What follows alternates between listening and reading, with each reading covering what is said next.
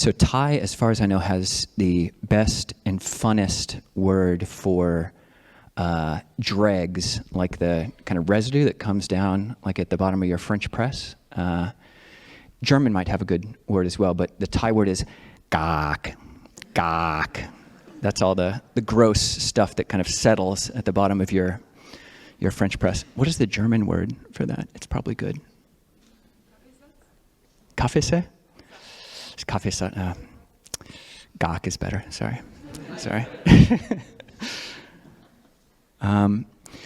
So wanted to do another survey. Sometimes we'll do this at the beginning of talks. So does Buddhism have shoulds? Are there any shoulds in Buddhism? Let's get a show of hands. Who thinks that there are shoulds, like you should do this, you should do that? Who thinks that there are shoulds in Buddhism? Okay. Who thinks that there are no shoulds in Buddhism? Okay. Got a few hands on both sides, okay? And there's no, necessarily on this one, no wrong answers. A couple of weeks ago we showed some drawings of like this spiky little creature and asked if this is Bobo or Kiki. And pretty much everybody said that the spiky one was Kiki, except for one guy who said it was Boba, and no wrong answers, even with that one. How about should nots? Are there any should nots in Buddhism? Yeah? Okay, hands up. And how about shouts? Are there any shouts in Buddhism? Okay, got some confused hands. All right. I'll say, fortunately, these days there are no more shouts in Buddhism. You can definitely say that. So shout being the kind of Victorian or King James version of should not, thou shalt not. And I think in the late 1800s, early 1900s, there were European translators who translated certain Pali terms with shout. But it doesn't go over so well with an American audience, so modern translators don't do that. But we'll get into this, because it is, everyone, I think, is right in certain ways. The reasons why people said that there are no shoulds in Buddhism, you're probably right for the reasons that you think that that's right. And for the people who say that there are, we'll look at that as well.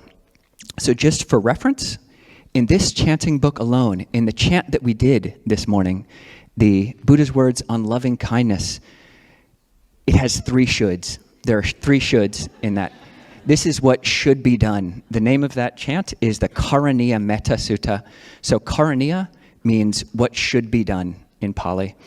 And in the book as a whole, there are 25 shoulds in this chanting book in English translation. And in this little book that myself and another monk at Abhayagiri put together called Thus You Should Train Yourself, there are 119 shoulds. So, but that, yeah, don't be afraid. Don't be afraid. The reasons, I can totally sympathize with people who were hoping and thinking that there were no shoulds in Buddhism. While I was putting this book together, I don't know if I was telling any of the senior monks or the other monks that I was putting it together, but I was collecting them because I myself, I love this particular form of when the Buddha said, thus you should train yourself. He says it, several hundred times in the Pali Canon, and it has a specific feel to it. And I love it for my own reasons, which I might get into. But at the same time, while I was putting this book together, Ajahn Amaro gave a talk where I think the name of the talk even was, There Are No Shoulds in Buddhism. And I was so crestfallen and a little bit peeved. I was like, he knew I was putting the book together and he was trying to mess with me. But it's a linguistic thing. It's a linguistic thing. The shoulds in Pali are what are called gerundives. That's the English name for the form, or future passive participles. They're passive in the sense that a better translation, a more accurate translation is, this is doable. So the Pali for this is Sikhi Tabang. That final ending, T-A-B-B-A, is the gerundive ending. And it's cognate, it's related to the English, now English suffix, able. So like this is doable. These trainings are trainable. These are actionable things that we can do. So they're possible. They're possible to be done. And they are participles because they participate in being both verbs, which pretty much all of Buddhism is verbs. That's what the truth of anatta, or not self, is pointing to. Really, you can't point to any noun. Any noun in the room, anything in the room that you point to, when you keep pointing closer and closer and closer and closer, you basically just go through the object. On a physical level, on the level of, the physics of it, things don't exist, and when you break things down, it's just a collection of parts. I was trying to give a talk on this thing here and couldn't get it quite to work because all the pieces weren't coming together in the right way. So they're participles. It's part verb and part adjective. And what is trainable? The path. What is doable? The different things that the Buddha said to do that were encouraged to be done. To introduce people to probably the big four shoulds of Buddhism, of the Buddhist path, whether it's Theravada, the Buddhism of Southeast Asia, or Mahayana of East Asia, or of Vajrayana of Tibet. They've all got these Four Noble Truths with their 3 phases and 12 aspects. So to get into what that means, I'll invite anybody who's willing. We can just chant kind of the heart of the Wheel of Dhamma Sutta. So this is the Dhammacakka Sutta in summary and in English. So on page 109 at the bottom. And we'll just do the English. So just before this in the sutta, the Buddha has described what the Four Noble Truths are. The truth of dukkha, which is that there is a level of stress, of suffering, of unsatisfactoriness involved in being born, in aging, in sickness, in death, in being separated from what we love, in an attachment to the 5 aggregates. There's a cause, which is craving. Craving for sense pleasures, craving for becoming, craving for non-becoming. There is a cessation, the third noble truth, which is letting go of that. The fading and cessation, renunciation, relinquishment, release and letting go of that very craving. And there is a path, the Eightfold Path. So the Buddha just laid that out, and then he goes into this on the bottom of page 109. And we can chant together. And when we chant English, usually it's just, let's see what we can do. Usually it just comes together, even if you haven't done it before. Bhikkhus, in regard to things unheard of before, vision arose, insight arose, discernment arose, knowledge arose, light arose. This is the noble truth of dukkha. Now this noble truth of dukkha should be completely understood. Now this noble truth of dukkha has been completely understood. Bhikkhus, in regard to things unheard of before, vision arose, insight arose, discernment arose, knowledge arose, light arose. This is the noble truth of the cause of dukkha. Now this cause of dukkha should be abandoned. Now this cause of dukkha has been abandoned. Bhikkhus, in regard to things unheard of before, vision arose, insight arose, discernment arose, knowledge arose, light arose. This is the noble truth of the cessation of dukkha. Now this cessation of dukkha should be experienced directly. Now the cessation of dukkha has been experienced directly. Bhikkhus in regard to things unheard of before. Vision arose, insight arose, discernment arose, knowledge arose, light arose. This is the noble truth of the way of practice, leading to the cessation of dukkha. Okay. So that's the heart of the first discourse of the Buddha. And that first word, bhikkhus, it means monastics, but elsewhere the Buddha would use it when speaking to just any group, mixed group of people, male monastics, female monastics, and lay people.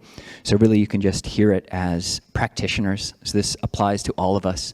The psychology of how we create suffering for ourselves and how we can stop doing that is true for every human. Really is true for all beings. But as humans, we have the somewhat unique capacity to be with these things. So talked about the 3 phases and the 12 aspects. So the 3 phases are, the first phase of each of these Four Noble Truths is when you see that this is the truth of dukkha. This is the truth of the cause of dukkha. This is the truth of the cessation, and this is the truth of the way of practice leading to that cessation. So this is the ontology. This is the reality of a sentient experience, that there is dukkha. There is a cause, there's a cessation, and there's a path. This is the isness of the mind that the Buddha is pointing to. And this is called the Four Noble Truths. When you go to the second phase, this is where, in this translation, it said, the noble truth of dukkha should be experienced, should be completely understood. The cause of dukkha should be abandoned, paha tubba, that tubba, ubble, it's abandonable. The third noble truth the second phase is that the cessation of dukkha should be experienced directly, sachika tubba, it's experienceable, it's realizable. And the fourth, the duty with regards to this is that the fourth noble truth, the way of practice leading to the cessation of dukkha, should be developed, bhave tubba, it's developable, it's to be developed. And you can think of this phase as the four noble moves, or the Four Noble Shoulds, if you're not averse to that word. So we got the Four Noble Truths, the way things are, and the Four Noble Moves, which are what should be done. This is what can be done. These are the oughts of Buddhism. And ought's another word which people might find problematic. Another Thai word, I don't have a problem with ought, because the Thai word ought, luk ought, is like a tadpole, which is just really cute. So it deproblemicizes the shoulds and oughts of practice. Just a little tadpole. The third phase is where the Buddha has realized that the noble truth of dukkha has been experienced, or has been completely understood. The second noble truth of the truth, what causes dukkha, has been abandoned. The third noble truth of the cessation has been realized, has been experienced directly, and the fourth noble truth has been developed. So you can think of this as the Four Noble Proofs, the Four Noble Proofs. So here the Buddha is saying, he has done it. He's done it. And we can experience some flavor of this. Some people take a very dogmatic approach to what is being said here, in that it's only an arahant, only an enlightened person who can truly realize the third noble truth, who can truly abandon the second noble truth, who has fully developed, who's completed these Four Noble Proofs, one who has proved these things to be true. Whereas, hopefully, most of us are here is because we've gotten some taste of these Four Noble Proofs. We've done the Four Noble Moves to some extent. we've had some insight into the Four Noble Truths. Say, for instance, dukkha. We've looked at dukkha and seen that we can just be with it, and we know that we, rather than pushing away from all the dukkha, we've realized that that just doesn't work. Running away from what's uncomfortable, although that's the totally natural reaction, not just for humans, but for, I think, most sentient beings. I think even one-celled organisms, if you give them a little shock, we don't recommend that. Please don't shock your one-celled organisms. But if you find out a way to do that, they will recoil from that. Even one-celled organisms don't like pain. They recoil from pain and they move away from it. But that doesn't really get us out of the cycle. If that's our only move, is to run away anytime we experience dukkha, then we experience samsara in perpetuity, just forever. There's no end to dukkha through just trying to run away from it. We have to turn and face it.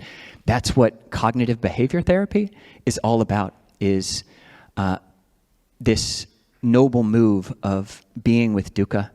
And when we do it, if you've been on a 10-day retreat, a 7-day retreat, even just sat, if you've sat longer than you think you can sit, hopefully you've seen some truth to this, that you'll experience some kind of physical pain or some kind of mental pain. And it just seems this is, there's no way around this pain in my side. It seems to just be getting worse and worse, more and more dukkha. And the only way out of it seems every part of your being is just screaming, change posture, get up. This is ridiculous. Normal people don't sit this long. You're going to hurt yourself. And you do have to be careful. But a lot of that screaming that the brain does is, it's just screaming. It's just a voice. And if you sit through it, if you realize that it's not actually going to cause long-lasting damage, and you sit through it, then you do have some taste that you sit through it. It seems like the dukkha is just getting worse and worse and worse. And around this level of dukkha, you start thinking, God, I need to move. This is ridiculous. I can't believe I'm still doing this. And then you keep sitting, and you sit a bit longer than you can, and then you realize that there'll just be, oftentimes, if it's not truly dangerous, the posture you're in, it'll start going down, because it can't just keep going up forever. And if it's mental pain, all the more. But this shouldn't be your only move. Just sitting forever it's not going to work for most of us. The Buddha did have this. In the chanting book, there is a chant, which is what the Buddha said during the night of his enlightenment, is, I will not get up until I've realized that which can be realized by human strength, by human effort, by human exertion. And the Buddha does that. He can sit through dukkha until you see through dukkha. Totally reach the end of that. Seeing the truth of that first noble truth, done the first noble move of being with the dukkha, seeing the dukkha, truly knowing the dukkha, and then, doing it. He's realized the proof that,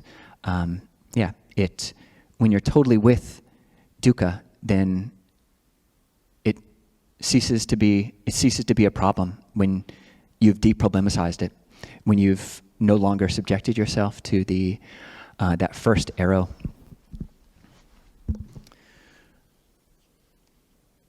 So I totally, as I said, I'm sympathetic to people who are, in English, shoulds are, who wants to be shoulded upon? It's just, it doesn't feel good. And we've had so many, it's just our institutions, so many of them have been exposed for excesses, and there are so many ways that humans fall short, and that shoulds can be weaponized, that people can use and often do use in the world, just shoulds as a power trip. Hopefully some level of faith or confidence in Buddhism is a confidence in the Buddha himself. And Ajahn Nisabo and I just reread and discussed Hermann Hesse's Siddhartha, which was a lot of people's kind of entrance, their dharma door into Buddhism, into a spiritual path. And although the book doesn't purport to be Buddhist, even though Siddhartha was the name of the Buddha, it's really about another seeker at the time of the Buddha who intentionally meets the Buddha and does not follow the Buddha. It's not, purporting to be a Buddhist book. But I was actually quite impressed with how the book portrays the Buddha. It's extremely respectful. And when Siddhartha, this not Buddha, basically comes and meets the Buddha, he's very, very impressed. But Siddhartha's main thing is that he doesn't want to take anybody else as a teacher. And he's totally in awe and as respectful as he could be of another human. He feels that towards the Buddha, feels that this person has realized something, but his own proclivity just doesn't let him be a follower. I don't want to totally put this on him, but there is a term, oppositional defiant disorder. And Siddhartha is, honestly, he's a really admirable and impressive character in many ways. And that's the oppositional defiant disorder is a bit of a, it's kind of, it's got some valence to it. But we don't want to be shoulded on because it just doesn't feel good. And we've had, unskillful people do it unskillfully. And I remember when I was in elementary school, we had this saying, like when, of course, when our teachers or when the principal or somebody in real authority tells you to do something and you're like in first or second grade, you kind of have to do it because they're huge, these bigger adults. But we had this other thing, like if our classmates told us to do this, and this was Cincinnati in the maybe late 80s or so, Cincinnati, Ohio. We had this thing where if our classmate told us not to do something, we would say, "You ain't my daddy." Like if we're like shoving like Legos in our nose or something. And they say, you shouldn't do that, Ian. You say, "You ain't my daddy." You just keep shoving it up. Or it's like they say, "Ian, pass me the ball." You say, "You ain't my daddy," and you just kick it in the other direction. So I totally, it's your antipathy towards shoulds is totally understandable because we still misuse them. Like when we're interacting with other people, we have like this, there is a human desire for power, and we do it with our children and our friends and our loved ones, and we can. You'll notice that in the guided meditations, we really try not to use should, but use can. These things are doable. You can do these things, but we don't use should. So both we should figure out. I'm including myself. We can figure out how to both speak to ourselves, how to encourage ourselves, and how to encourage and prohibit other people, especially children. You have to be able to speak to children. If they're doing something dangerous, they don't know what danger is, and you have to be able to speak to them in a way which, where danger lies. And the Buddha, on the level of psychology, he fully understood how we cause ourselves suffering and what we can do to get rid of that. So how is this actionable? How is this concept actionable? One is just paying attention how you are shoulding yourself and how you're doing it to other people and figuring out ways to do that more skillfully. And just some knowledge of the grammar of things that in Pali, it's passive. This is something that can be done.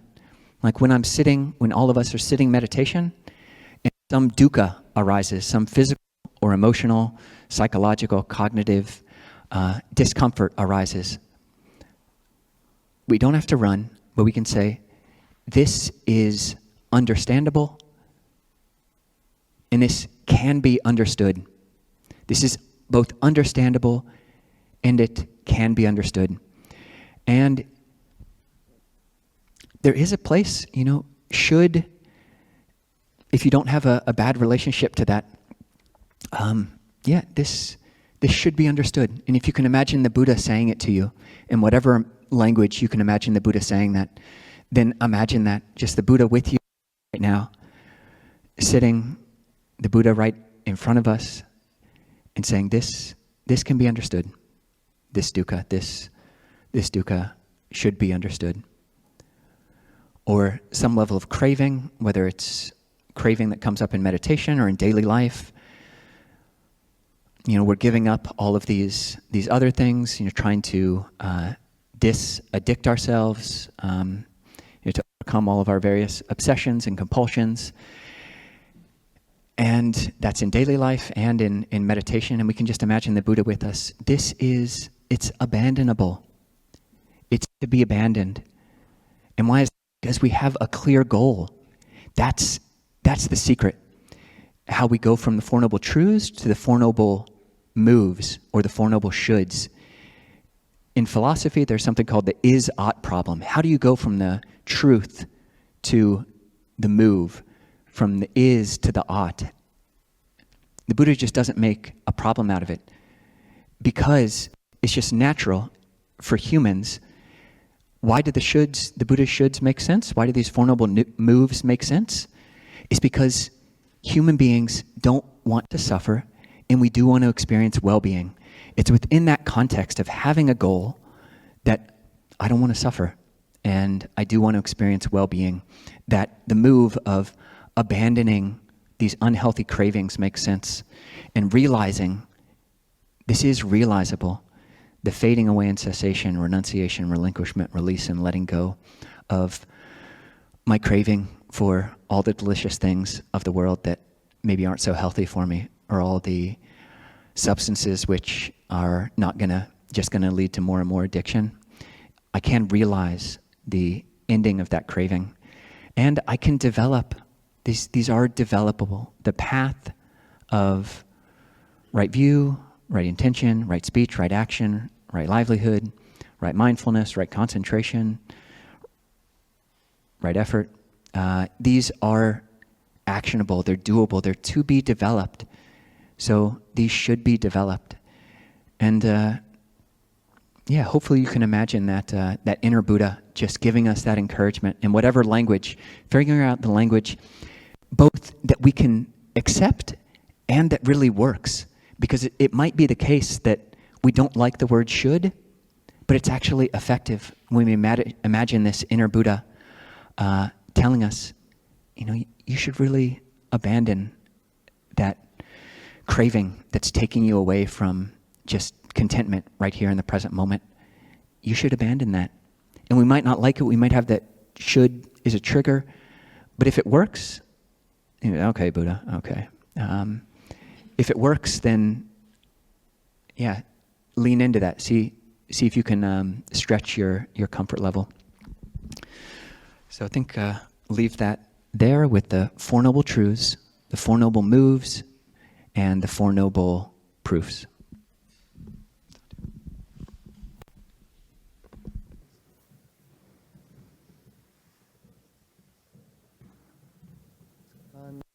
Dhamakatayu sadhu karang dhamase sadhu sadhu sadhu anumodami.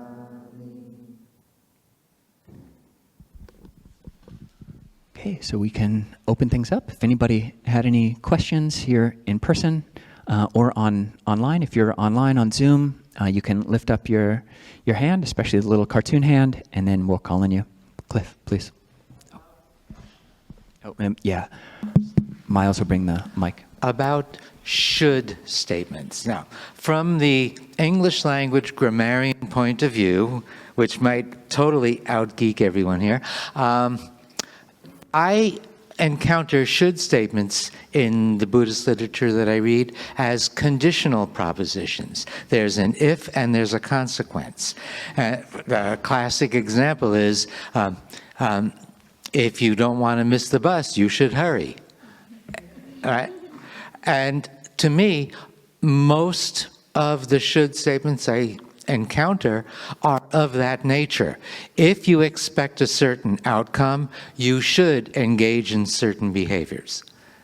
And so, to me, that is not just the unidirectional, you should, or you shall not pass, or any of those other one-way statements. And the should statements as conditionals are really two-way.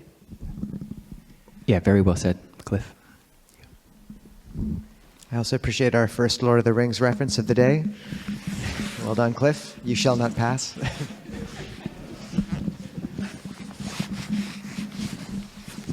And just to make that explicit, if the Buddha is saying, if you want to be happy and don't want to suffer, then these are the things you should do. Please. Hello.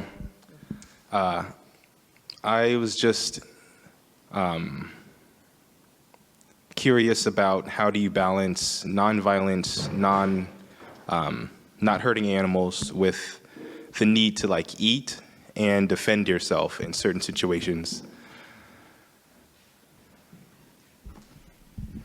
Yeah, it's a good point. I mean, in terms of diet, people, if one's body can do it, there are vegan or vegetarian options, and I do know people who I trust who feel like they say that their bodies just can't do that kind of diet totally. But you can just look for less and less harmful ways to eat. But you're right, on some level, even if we are totally vegan, there is some level of suffering that goes into the insects who are dying, in the processing of all the lettuce or whatever we eat. But just inclining, seeing the harm that we create in our lives is, it can be minimized, and that's a praiseworthy thing. And in terms of self-defense, we're not, so in Buddhism, in monasticism especially, we're not allowed to hit anybody. We're not even allowed to raise our hand at anybody. It's a specific offense. But I think there might be a non-offense clause if it's self-defense. Some people just look at our outfits and think we know karate already. So we don't usually get attacked. But Yeah, actually, we have a non-offense clause where we're allowed to climb trees if we're being chased and to run if we're being chased, but only if... Back to your question, though. No, I think Ajahn, what he's saying is really, to the point of that. The 5 precepts are the foundation, so not killing for food ourselves. And then, just the widening out of that scope of ethics to really refine and what dietary choices are we making in terms of buying and purchasing meat and animal products. But I think people really come into this realm of question that you're pointing to with, we live in a unbelievably complex, interdependent web of conditionality and Jeff Bezos. And where does an Amazon purchase, what does this contribute to? And where does the pesticide come in? We always have something on our hands. You can't come away with completely clean hands existing in the world. Or at least it's very hard. And I would say the Buddha recognized this, and samsara is broken. And what he said was that the Noble Eightfold Path in the Great 40 Sutta, he says, right concentration with its supports and requisites. So what that means is right concentration, sama samadhi, which doesn't just mean concentration, but a unification of mind and spirit. That's, in some sense, the pinnacle. And all the other factors of the path, including ethics and action and what you're purchasing and what you're speaking and how you're getting your livelihood, are supporting that quality of right concentration. And I think that's just useful to look at because it gives a metric for decision. If you make a decision and it really leads to the heart becoming unsettled and you really can't square a certain purchase with a certain ethical standard you have, and your mind isn't able to, it's just chewing over it again and again, then you're not supporting right concentration as a metric. But if you find you make a decision and purchasing you only have enough money for the non-organic produce, but you have more important things to worry about in your life than what sort of apple you buy, which is true for a lot of us. Not monks, because we can't buy things. But, if the mind is able to settle in that, then that's a good metric. I mean, I think with those complicated realms of sila, like looking to the internal guide, that kind of intuitive awareness is important. But to use theravada language, I think looking at that unification and integration of value and action across many different levels of pattern and behavior as right concentration in the sense of unification, that's a really good metric. Like, what lets your mind rest and your heart rest, and what keeps you hovering? Does that make any headway in that realm? Yes. Cool. Yeah. All right. Thank you. Thank you. I think Damien's been raising his hand for a bit too. I think Damien's been raising his hand for a bit. Suze, we'll get to you. Just a second. Hello. Hi. Thank you, Nisabo. I had a question that I wanted to ask today for a bit, but I also, on the shoulding, I've thought about this a good bit. Because shoulding has a certain sense of you want to make progress towards some goal, but at the same time I felt for a long time when I would should myself, there's almost like a self-harm aspect of it. And I had a really productive conversation with a friend about this. And these are mainly his thoughts. And I think the main problem for me that arose with shoulding is when I should myself, and there was the sense of that I currently currently in some sense inadequate. And when it came from this shoulding of like being currently inadequate and then going to somewhere else, it has the sensation of running away, of like I need to get away, kind of like you were saying. But if I'm able to should myself, but I'm also able to accept myself for the way that I currently am, then that sort of shoulding it feels right to me personally. So these are mainly thoughts of my friends. I give him the credit for that. But anyways, the main question that I was curious about today was the different vehicles of Buddhism, and I was curious why the theravada vehicle spoke to you mainly. Both of you. Yeah, very well said about the subtle violence of unskillful shoulds. Does anybody else sympathize with that? A lot of people. Yeah, for us who have that, I find that even with just pulling the mind back to the breath, I do have a complicated relationship with the breath, but that kind of open awareness practice where you can just kind of shift into neutral and just realize, that there is awareness here. Even if the mind's distracted, awareness, the mind, consciousness is bigger than that, and you can just shift. You can get that little wiggle room, or huge, vast wiggle room, which I guess is an oxymoron, but you can get space from it. In terms of Theravada, it was the Goenka retreats, which is speaking somewhat of a covert Theravada language, and explicit the more you get into 10-day retreats. And it's just so practicable, and there's so much emphasis on the humanity of the Buddha. The Buddha's a very human character. He's a human in the Theravada canon, whereas in Mahayana canon,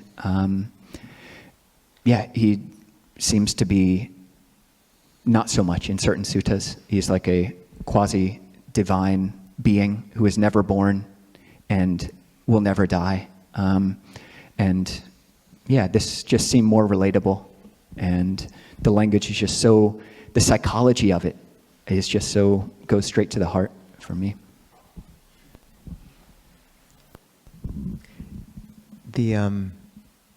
Longpo Sumedho said, the Mahayana ideal of the Bodhisattva, it's way more inspiring than us. And I said it slightly tongue-in-cheek. But the goal of Nibbana, the Buddha said it didn't have to be validated in any societal means. It's a worthy goal in and of itself. It's the worthy goal.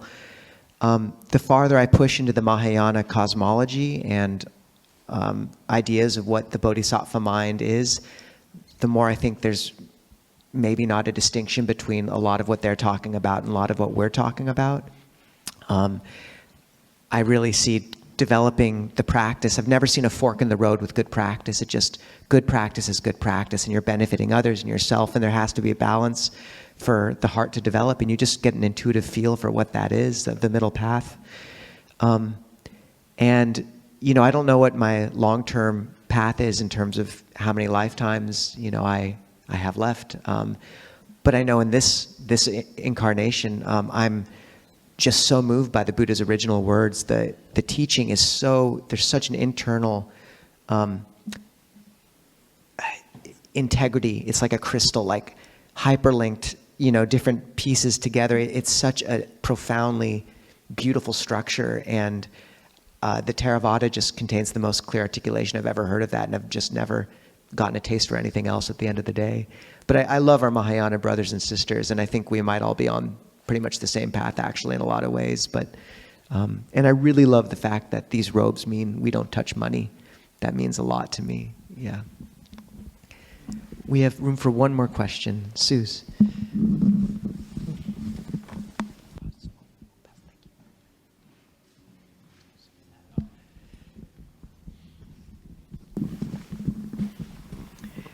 I love the etymology work that you were doing this morning, and of the 4 or the 12 aspects.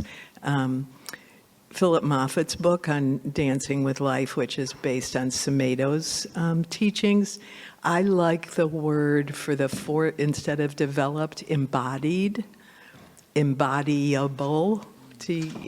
And I find that just really accessible, and developed seems to take me more into my head and not into what does it mean to really embody the fact that dukkha is here and I'm struggling against it.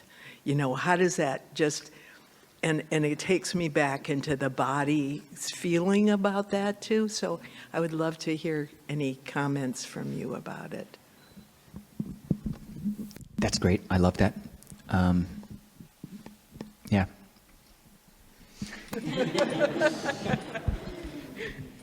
There's an interesting phrase in the Buddha says one contacts release with this body and achieves unshakable liberation.